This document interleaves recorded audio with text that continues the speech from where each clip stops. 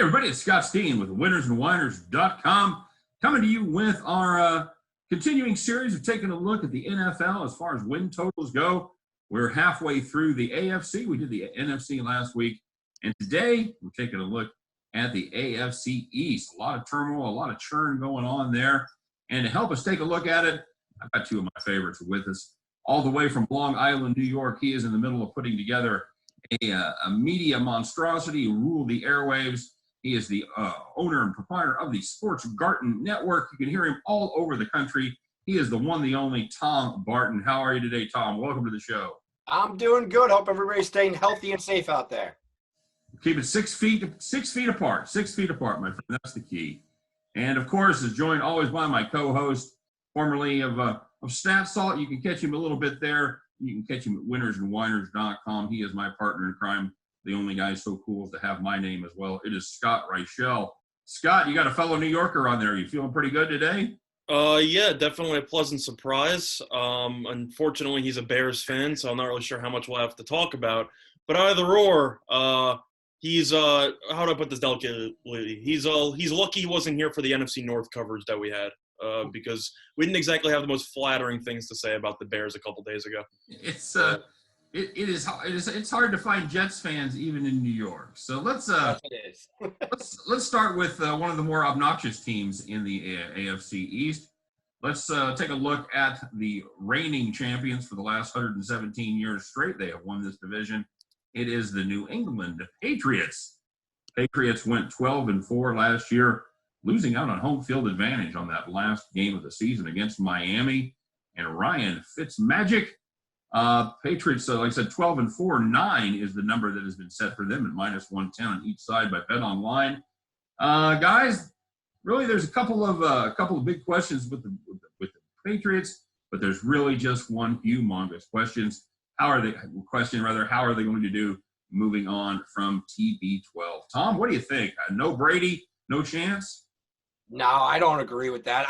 Look, I like Brady. I like Belichick. I'm not telling you that one can do better than the other. I think they were both a match made in heaven, but it's still the Patriots. What bothers me more than the Brady thing is that they lost a lot of key other players on the defensive side of the ball. But this is what Belichick's been providing and kind of working towards.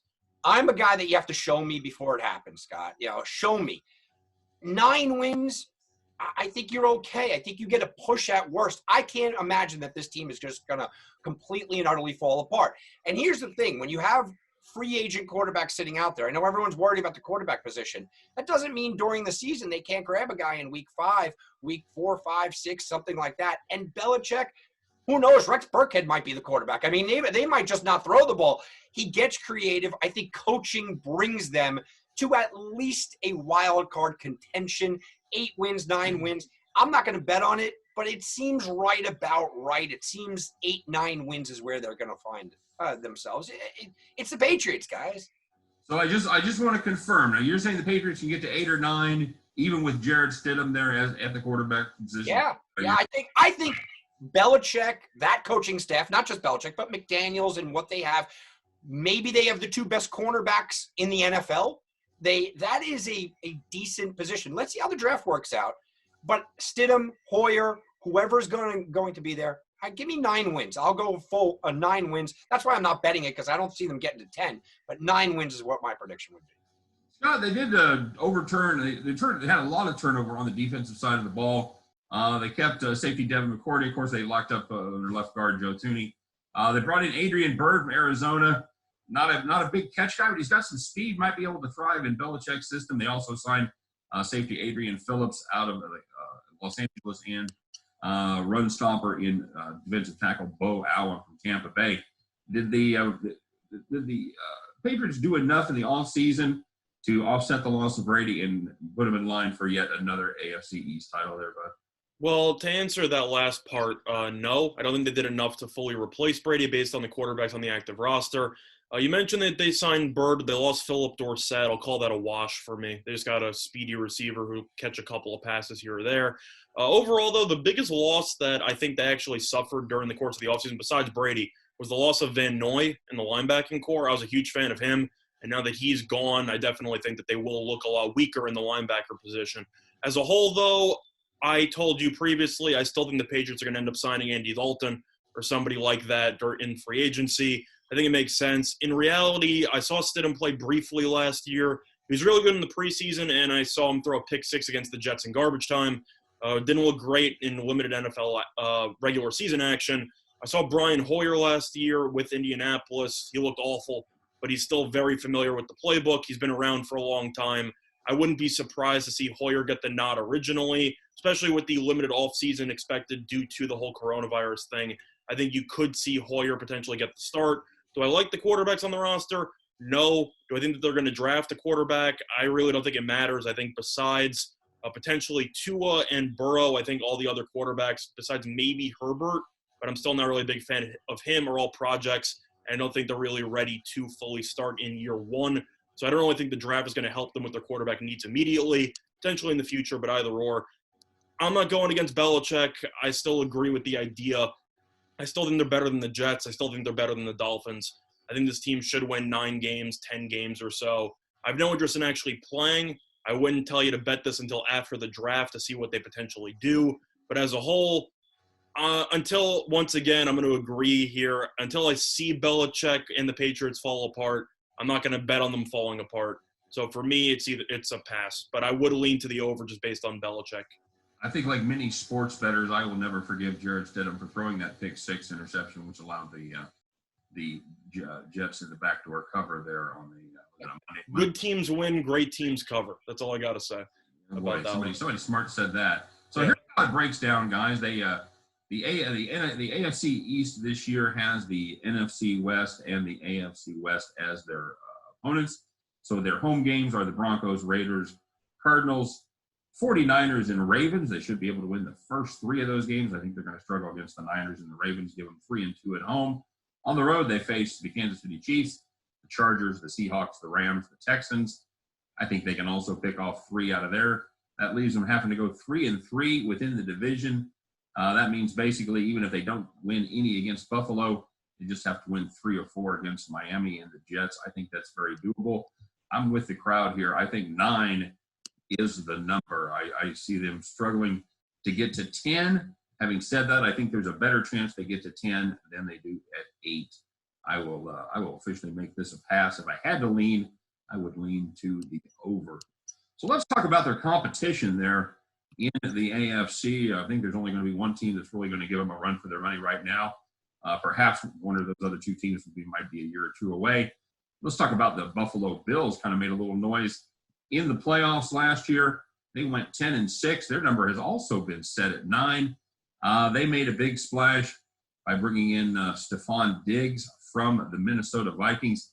They gave up a lot for him. They gave up a 1st rounder this year, a 5th rounder this year, a 6th rounder this year, and a 4th, basically. And they got Diggs and a 7th round draft pick from the Vikings.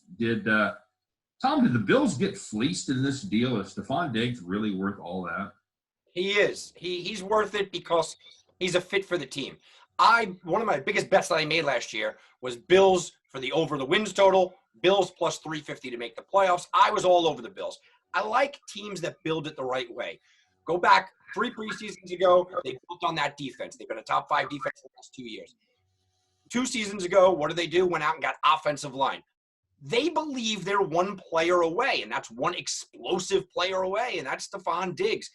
I'm not telling you that he's a guy that deserved exactly the compensation, but for the Bills, he did, because the Bills need one player. They need that deep threat. They need that guy. That's if you believe that Josh Allen is the guy as well. They have put all those eggs in their basket, though. Offensive line is set. Defense is set. They got Singletary at running back. They needed that one player. And it doesn't matter what future picks they might become. It doesn't matter how much they gave up. If he's the guy to get them over the hump, and they feel like he's the player to get them to the next step, then he's worth it. All right, very good. And they did shore up their defense. They brought in Mario Addison from Carolina. He's been very good for the Panthers last 4 years, had at least 9 sacks each of the last 4 seasons. Also brought in big thumper there inside, Vernon Butler from Carolina as well. Very good run stopper to shore up that defense. Scott, is this the year that the Bills overtake the Patriots in the AFC East? Once again, until I actually see it, I'm not going to pick it. But at the same point, I feel like this whole team's success is going to come down to what your opinion is about Josh Allen. We already know the defense is really good. We already know that based on McDermott's system, they love to run the ball, keep it third and short, and Allen has a great running ability. And Diggs should definitely help with creating some either space underneath or creating some one-on-one shots downfield. I'm really just not a big Josh Allen guy in the pocket. I think his mobility is definitely elite in comparison to other quarterbacks in the league. Maybe I'm still traumatized from that playoff game in the second half against the Texans, which was actually on TV yesterday, and I actually watched it again. And there's nothing compares to him running backwards 25 yards on 4th and 27 and the drive after on first down. Either or, he definitely showed signs of growth, and I think that definitely is a good sign moving forward. As for the first-round pick with the Diggs question, if Diggs ends up being the guy that they need, the first-round pick should be in, the middle to late 20s? So it's not like you're getting insane value out of that if you're Minnesota. I understand why Minnesota traded him, but either or Buffalo believes that they're one receiver away. Do I agree with that premise? No. But Buffalo definitely thinks that they just needed one more offensive weapon, and having Cole Beasley as arguably your number one receiver in production definitely isn't exactly a recipe for Super Bowl success. So they believe they needed to make the move. The defense is good. I know Allen, even though he is a little bit inaccurate downfield, I still like the overall makeup of the roster. I'm not sure about McDermott. He's pretty good in the regular season. His coaching in the postseason definitely leaves a little bit to be desired. But as a whole, I'm going to pass on this team. If you like Allen, you can take the over. If you don't like Allen, you can take the under. I'm still kind of torn, so I'm personally going to pass. Gun to your head, do they finish in front of the Patriots? For me, that's tough. I'm going to say no. I'm going to give Belichick the benefit of the doubt. I think that it's definitely a possibility that they can tie with the same record, but that's a cop-out answer. I'll take New England. Tom, same question. Bills, Patriots, Patriots, Bills. How do they finish? I think they both make the playoffs, but I look at Bill Belichick and I look at what he's done against the Patriots. 30-3. 30-3 just speaks volumes. Until the Bills can beat the Patriots, you can't imagine that the Bills are going to beat the Patriots. I know they play close. I know they play tight. But until they do it, you got to go out there. And you can say it's the Brady factor. Sure, a lot of it will be the Brady factor if they can go out there. There's no way they go 2-0. I think at best you go 1-1, and I'll say that the Patriots finish for first place, but both of them make the playoffs. Very good. To be the man, you got to beat the man. And I've got them set up. Their team that they play on their second place schedule, they get the Steelers at home and they get the Titans on the road. Judging how they go, I think they go 6-4 in their non-division games. Means they also have to go 3-3 in the non-con. I like that. I got a little stronger lean on the Bills here, just the way that schedule breaks down. I like the Bills over the 9. I will take the Bills. I'm going to go out on a limb. I'll fade you guys. I'll go out on a limb and say this is the year of the Bills. I think the Bills get the Patriots this year, including at least one victory against Belichick and the crew. Well, just a brief question. Are you a Josh Allen guy? Are you a believer in him? You know what? I like what he does. I like his ability to run the ball. He's still got a great arm there, but man, you really had to question his decision making and his head on there late in that game against Houston. You are absolutely right. He made some very, very questionable decisions. I don't know if that's the kind of stuff that you can learn from, or if that is just going to be panic mode every time you get in that situation. Hopefully, he was able to learn and can make adjustments. I do worry about that, though. I'm not completely convinced, but I do know they've strapped their wagon to him. And so it's going to be. He had no weapons, though, guys, right? I mean, he's had nothing. He's had no weapons. You look at who he came into the league with and look at the ridiculous weapons that those guys have had. He's had a defensive coach. John Brown, who was a cast-off, was his number one receiver. You mentioned Cole Beasley. Singletary was hurt half the year. He's got a 75-year-old Frank Gore behind him. Donovan Knox is his tight end. He didn't have an offensive line until last year. I think it's not a matter of being a Josh Allen guy. I think it's a system guy. The entire system is better. I'm a Josh Allen guy just because I believe the Bills' entire offense is a better offense. Very good. And that's a very good point. You can only be as good as the talent you're surrounded with, and so far they have done a less than stellar job of putting him in a great position to win with some fantastic talent on the offensive side of the ball. I'm a big Singletary fan. Same here. He can stay healthy. I'm just not sure I think he's more like an 18 to 20 carry guy. I'm not sure he's ever going to be that serious bell cow that's going to get you 25 carries a game, 28 touches. But I think if you use him correctly, I think he's going to be a very good tool. I would like to see somebody else in the backfield besides Frank Gore. Just like Tom says, he's I think over 70 at this point. So that's God bless him for still getting out there and banging. But they do need some help to make sure that Singletary gets his rest and stays healthy. All right, so let's talk about now the two teams that are kind of on the come, if you will. Start off with the Miami Dolphins. Miami Dolphins finished 5-11 last year.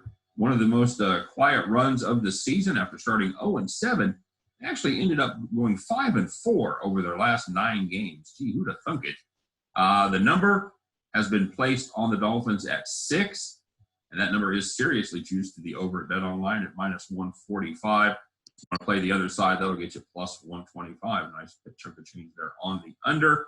The Miami Dolphins have had a very active offseason. They brought in running back Jordan Howard from Philadelphia. He was, of course, with the Bears for 3 years before that. Never really quite had that breakout season, but I think he'll be a nice addition to the Dolphins. They brought in a couple of edge rushers in Ogba from Kansas City and Shaq Lawson from the Bills. Shaq Lawson had 14.5 sacks over his last 3 seasons. Brought in the aforementioned linebacker Kyle Van Noy from the New England Patriots. That's got to be Vernon Belichick as playing within the division there. And also cornerback Byron Jones from Dallas. And this is a defense that was just dreadful. They were 30th in yards allowed and 32nd in points. Tom, did the Miami Dolphins do enough to take any kind of a step forward this season? I think they did. And if I was buying stocks, I am all in on the Dolphins. I'm unloading on them. Maybe not for this year. You'll see some improvement this year. But you got to think they got 13 draft picks. I love what they did on their defensive side. I mentioned earlier that it's possible that the Patriots have the best 2 cornerbacks in the league. The other team might be Jones and Howard with the Miami Dolphins. It's hard to say about a potentially last-place team. They have the best cornerbacks in the league. I love their receivers. I really do. I think their receivers are very underrated. Parker finally coming into his own. I'm okay with Fitzpatrick, even though I know they're going to go draft a quarterback. I'm okay with Fitzpatrick this year. Gesicki looked good at the end of the year. You mentioned Jordan Howard coming in. They have a lot of interesting pieces that, if it comes together, this is a team that could potentially be pushing for a wild card. Yeah, I said it. Now, I don't think they will. I think they'll fall a little bit short because you are dealing with new guys. Wilkins in the middle, I like what I saw, but he needs a little bit more help. Will Van Noy automatically be able to play the same system? I know he's got the same defensive coach, but will he play the same system? I think Miami is in a position where even if they don't improve on the number, if they only get to maybe 6 wins this year, maybe 7, you're going to be afraid of this team for the next couple of years. I'll take the over. Even though I hate that juice, I'll take the over because I think they could fight for 500. But it wouldn't shock me if they were a good team that just had tough losses all year. Yeah, a lot of one-score losses certainly could be on the horizon. Tom, I'm with you. I'm looking at this schedule, and of course, once again, they got the AFC West, the NFC West. They play the Chiefs, Chargers, Seahawks, and Rams at home. Their last place team that they play is the Bengals. I think the Bengals game is very winnable. I think they could certainly pick off one of those other games. On the road, they go Cardinals, Broncos, Jags, 49ers, and Raiders. Again, you got the Jags as their last place team.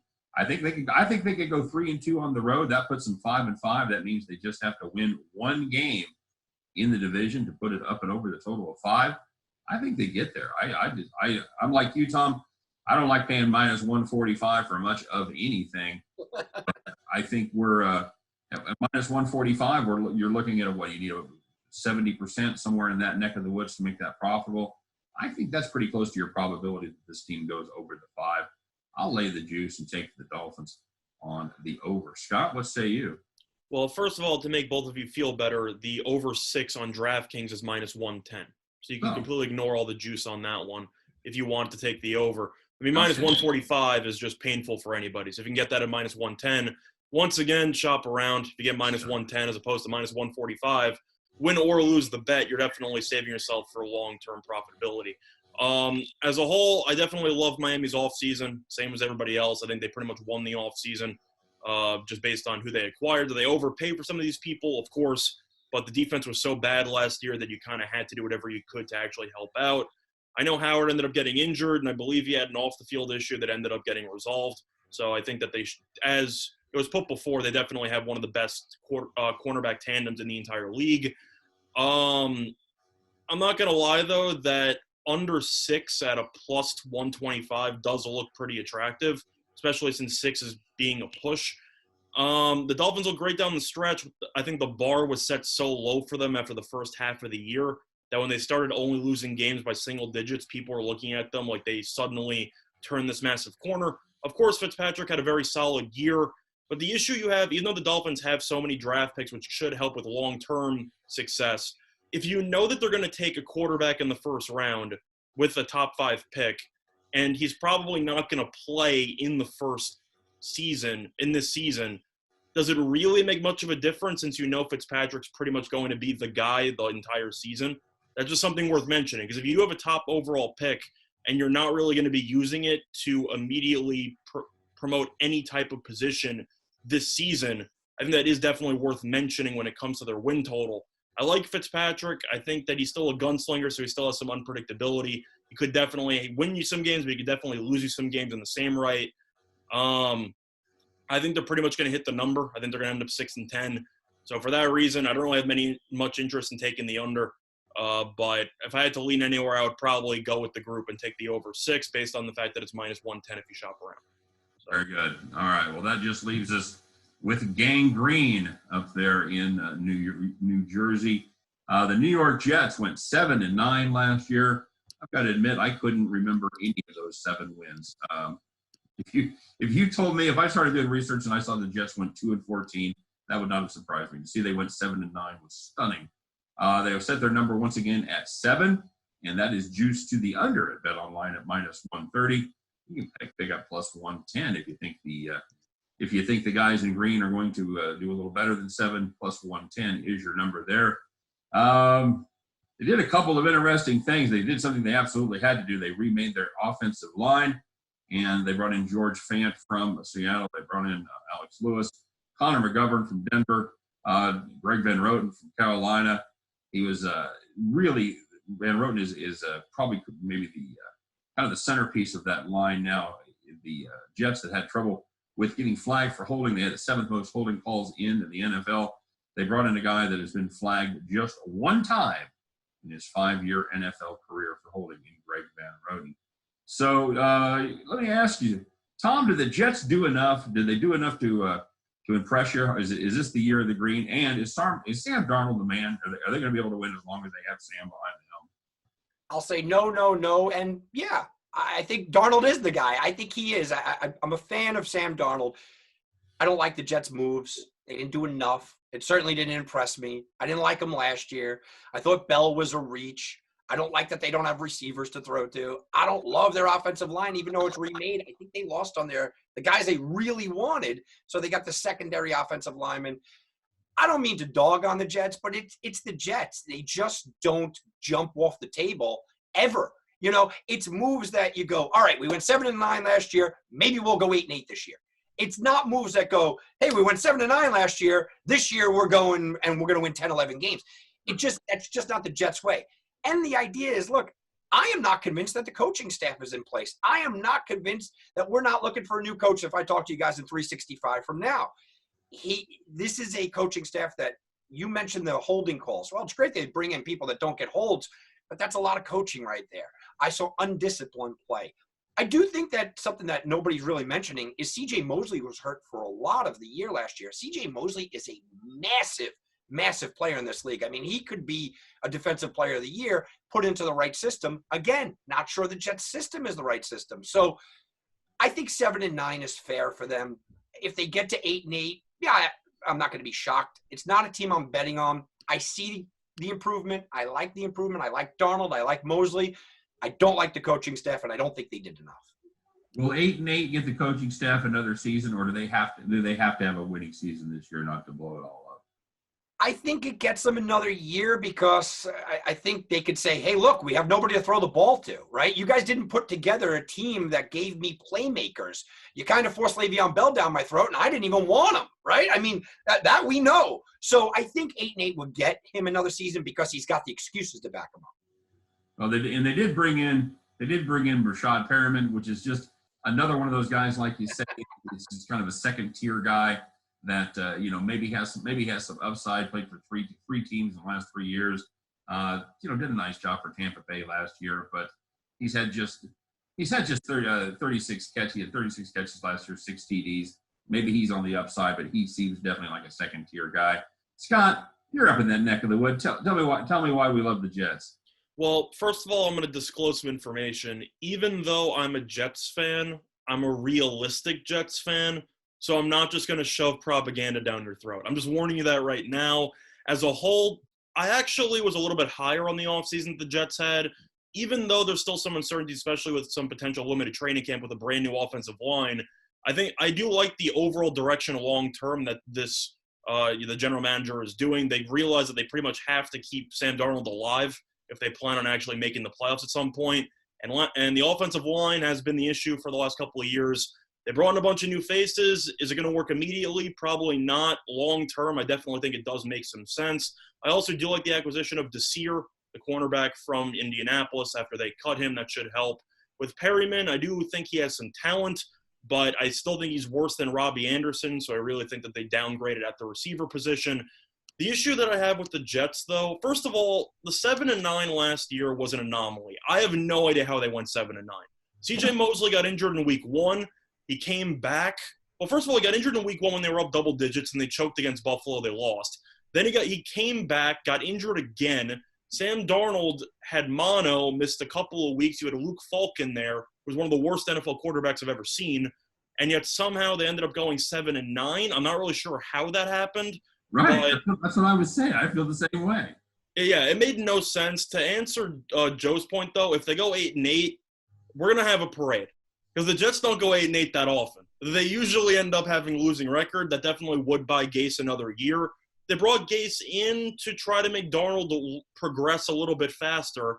And even though he missed some games, I did think Darnold, besides the ghost game on Monday Night Football, I thought he actually played pretty well during the backstretch of the regular season. But the main issue I have with the Jets is still the defense. Even though you have Desir, is he really a number 1 corner? I doubt it. Jamal Adams is fantastic. There's no way around it. Am I a big Marcus May guy? No. Do I believe in Blasson Austin as a number 2 corner? No. Jordan Jenkins, not a fan of either. They also are going to get Avery Williamson back at the linebacking core, who ended up getting injured and missed the entire year after he suffered a knee injury in preseason. Last year, I don't really know what to expect from him off of massive knee surgery. I just think this defensive line is terrible. You have Henry Anderson, who's been known to be a relative cheap shot artist, and I don't really think he's that talented. You have Steve McClendon, who's a pretty good nose tackle, but, I mean, he's a nose tackle. He's okay. Other than that, you have Quinnen Williams, who got arrested for possessing a gun in an airport. I don't know if he's going to get suspended or not, but that's definitely something worth keeping in mind because he was a top 4 pick last year. I just don't think they can get after the passer in a pass-driven league, and I think that's definitely a problem. And for that reason, I like the overall direction based on what they did. I do agree that they missed out on some of the marquee guys and had to settle for a backup plan. But for me, I think that they're probably a year or 2 away from going 8-8 or 9-7. I'm going to take the under. I think they needed a pass rusher and they didn't get it, so I'm going to take the under. I love Jets fans. Are you a Jets fan? Oh yeah. What do you hate? What do you like about the Jets? Absolutely nothing. Yeah, I hate everything about them. I can't even like the location because they're the New York Jets and they play in New Jersey, so I don't really know what to call it. But and look at it. Take a quick look at their schedule once again against the West from both of those from both the AFC and the NFC. They also pick up the Browns and the Colts. I got them going 2-3 at home. They face the Chiefs, Chargers, Rams, Seahawks, and Colts on the road. They may sneak one of those out. That leaves face the Chiefs on the road. That'll be. I'll make sure to not watch anything on television. Come on down and join me. I'll make sure we get good tickets for that one, bud. Yeah. That puts them at 3-7. That means they have to win 4 games in the AFC East. I don't see that happening this year or next year or for the foreseeable future. I don't think there's any way this team gets to 7. I'm with Scott and taking the under as well. Tom, what say you on the under? Is this one as well? Yeah, I could see them squeaking out 7. You guys said it. Look, last year, how did they get to 7? I'll probably steer clear of this, but 6-7 wins, it's right there. I don't see the – I like the comment. They'll throw a parade at 8-8. It's funny. That's how Jets fans' mentality is, and it's a terrible thing, but that is reality, that 8-8 would be a success for this team. I'll say 6 wins. They could get to 7. Well, right. just one quick comment, though. I think part of the reason why I also like the Jets under is because of the fact that we all like the Dolphins over. And there's only a certain amount of wins you can actually get in the division. Right. I know that I'm not exactly the most bullish on Buffalo, but they're definitely better than the Jets. We think New England will take a step back a little bit, but we still trust Belichick. At the end of the day, I think on paper, the Jets might be the worst team in the entire division. And for that reason, I don't see many free or easy wins here. So I think if you're going to lean one direction, you mentioned the out of division schedule, having to play the Chiefs on the road, and I mean, you should just wave the white flag before opening kickoff. But overall, I just don't think there's any free wins here. So I think you're probably more likely to see fewer than 7.5. You said it was 7.5? I got 7 even. Yeah, then I think you're more likely to see less than 7 than over 7. So for that reason, I'll take the under. Yeah, I think the Jets ride the struggle bus all year long. So, all right. So just to recap, everybody, we got the Jets. Scott and I feel firmly on the under. Tom, I would say, has a slight lean to the under. Thinks they may backdoor it to 7, but probably not. And as far as the Dolphins go, we all agree that they are a team on the come. Everybody likes the Dolphins in the over, correct? Yeah. Yep. Right. And the Bills and the Pats, we all agree that those numbers are pretty close to right. I've got probably a slight lean on the Bills over 9 and a slight lean on the Patriots under 9. I think you guys are pretty much the opposite. You guys feel both of those teams can get over? I think so. I think they could. Overall, though, I feel kind of guilty doing a win totals thing where I'm pretty much passing on 2 of the 4 teams. But it's a show about value, and I really think that you can find better value elsewhere. So I'm leaning a little bit to the over. Am I going to play any of those? No, I don't see myself playing any of those 2. I just think there's too much unpredictability. I think if there's any takeaway from the 3 of us with those 2 teams is we feel 9 is a pretty good number. That's that is pretty well set. All right, so Tom, give us your final breakdown of the order of the AFC West after all the shooting is done there. Give us 1 to 4. How does it finish up? I think New England and Buffalo, I'll take the cheap way out. I think they both finish with 9 wins, but like I said, New England just owns Buffalo. They'll get the head-to-head. Both of them make the playoffs. Miami is in 3rd. They'll get 7 wins. Maybe I might even go as crazy as 8. Jets finish at 6 or 7 wins, about a game back. Good enough. Scott, what do you say? No, that sounds about right to me. I'm going to personally give New England 10. I still think Belichick's the best coach in the division. McDermott definitely showed some, I'd say, concerns at the way he completely just butchered a double-digit lead in that playoff game. I think Flores is probably a better coach than McDermott. I know that his sample size is a lot less, but Flores definitely impressed me last year. And I think that when push comes to shove, I'm afraid that McDermott's going to go too conservative late in games, and I think that is going to hurt them in some of these close games. For me, I'll take New England at 10-6. I got Buffalo at 9-7. I think Miami will go 7-9, and I think the Jets will go 6-10. Very good. I'm going to go bold. I'm going to go the other way around. I'm going to say this is the year of the Bills. I'm just not. I think the lack of talent has caught up with them there in New England. I'm just not sure they can get it done again. I like the Bills at 10-6. I'll take the Pats at 9-7 on a push with that total of 9. You're a Brady guy, not a Belichick guy. Yeah, I was definitely more of a Brady guy, and seeing the Brady not doing a great job last year, I think it kind of opened up. But I think Brady's still head and shoulders above anybody that's on that roster right now. So unless they pull the trigger on a good veteran quarterback, I think it's the Bills' year. So what if they do? What if they pick up a Dalton, so to speak? Do you think then they I think win the division? I think they can get to 10. I think they might be able to squeak out 10 with Dalton. Do you think they win the division if they sign a Dalton type? Yeah, Dalton or above. I just don't think they can get there with Stidham or Hoyer. I just don't. Yeah. And then I'm with you guys on the Dolphins. I think they improve. I think they go over 7. over 6, finish at 7-9, maybe even 8-8, and finish third. And no love for the Jets for me at all. I think they go under that total of 7. So there you go, everybody. That's a breakdown of the AFC East. Should be a very interesting division. A lot of shuffling going on, and it's kind of weird. You got even a lot of trades and free agent signings within the division, which is kind of a weird deal. So I'm kind of curious to see how that ends up. Do you think the Dolphins take Tua? What's that? You think the Dolphins take Tua? I think they should. I think they're in the prime position to do it. He might trade up. That's why I'm asking. I think that would be a good move for them. I just I don't know, man. I worry about him being a little injury prone. I really do. And we had Bo Jackson here in Kansas City. So anytime I hear about any kind of thing involving a hip, I'm immediately worried and I'm immediately suspicious. So, guys, let me chime in here because I had a funny conversation this morning. My wife's a huge football fan. She's a Dolphins fan. She's originally from Florida.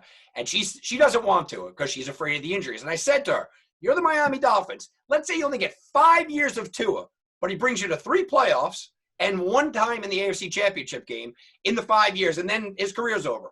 Do you feel okay? She goes, yeah, when you put it that way. So, the bar is set so low for Miami that I think you have to gamble, don't you? If he doesn't pan out, you have 12 more picks in the draft. You have another first rounder if he doesn't pan out. You've been dealing with Ryan Fitzpatrick. I love him, but he's a backup guy. Might as well roll the dice and hope that you land on something good. Yeah, I think if you could get 5 good years out of Tua, I think that's an absolute no-brainer. I'm totally on board with you there. And as long as it's not something that's going to be a degenerative thing and affect him from the beginning, let's I totally agree. And I think there's a good chance of that happening. I really do. I really think that's probably the most likely trade up at this point that I see. Scott, you agree with that? Honestly, I got a pretty bold opinion here. I actually disagree. I understand the point that Joe was making, and I agree that Miami, besides the fact that they might actually, try to gamble because they need to, they'll sell more jerseys and tickets. So that also helps from a business perspective. For me, wait, what? Can I tell you Joe was on yesterday? Yes. Can I tell you Tom's on today? My bad. Sorry about that. My bad. Tom, 3 letters happens. Thanks for correcting me. Sorry, Tom. My bad. Probably should have. My bad. Give me your bold take. Brain cramp. You got me talking about the Jets. I got distracted. I got depressed. It happens. But sorry about that. I disagree a little bit there. I do think Miami does need to take the gamble, though, because I think that it definitely makes sense based on just selling tickets and how they've had nothing to really cheer for a while since, I don't know, the last time they made the playoffs, Chad Pennington was the quarterback, I believe, something like that. Fun fact. Right.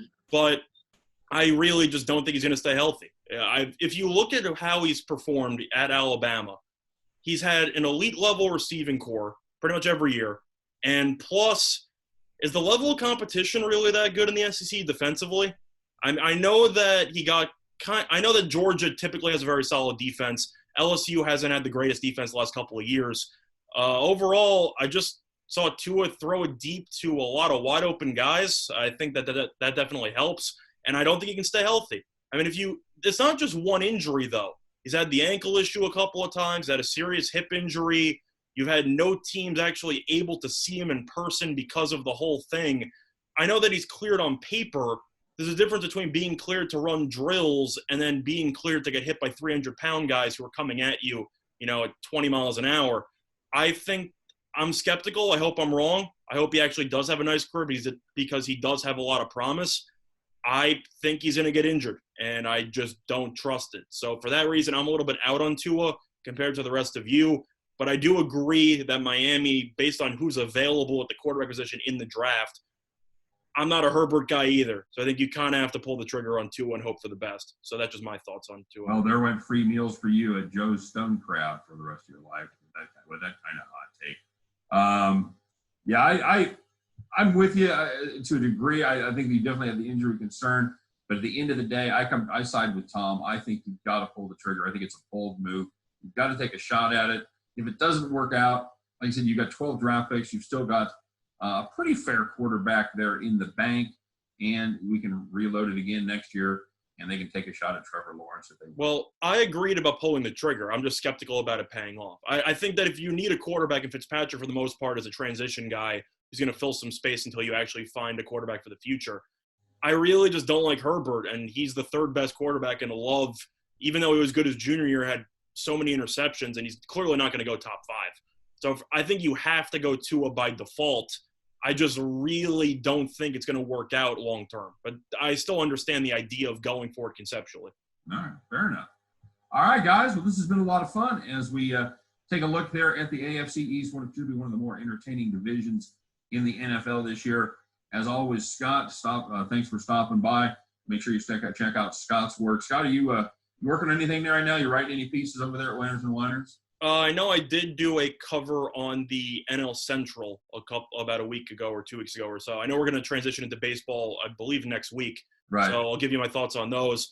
Overall, I'm still trying to keep busy. If anything comes out, I'll definitely let all of you know.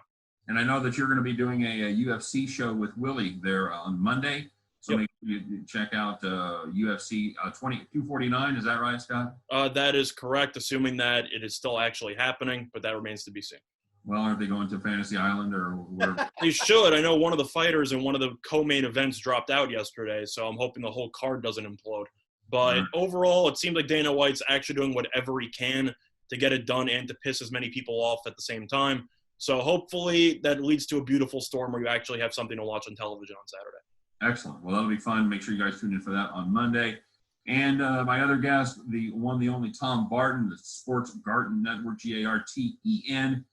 Make sure you check that out. Local listings apply and all that good stuff.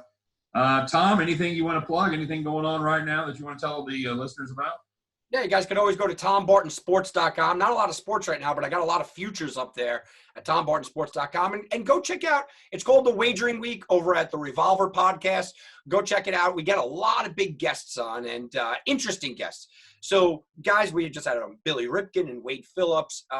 Next week, we have a writer of the Yogi Berra book. So, keeping it kind of fresh, even though you're sitting there and you're quarantined and maybe it's not betting. Hey, we're still talking sports and we mix in the betting as well. That is Wagering Week at Sports Garten, Garten. Very good. Very good. Tom, thanks for joining us. A pleasure as always. Absolutely. And all of you, thanks very much for tuning in. We appreciate it as always. Drop us some comments. Let us know you're out there breathing. Let us know that you're out there digging what we're doing. I know we're having a fun time putting it all together for you guys. So you keep checking us out. Keep being safe. Keep being well. Stay home. Stay home, guys. We're coming down the home stretch. A little more patience. I know you can do it. You know what? If you can wait for the Jets to be competitive in the AFC East, you can wait out this virus too. All right. My name is Scott Steehn. For myself, for Scott Reichel, for Tom Barton.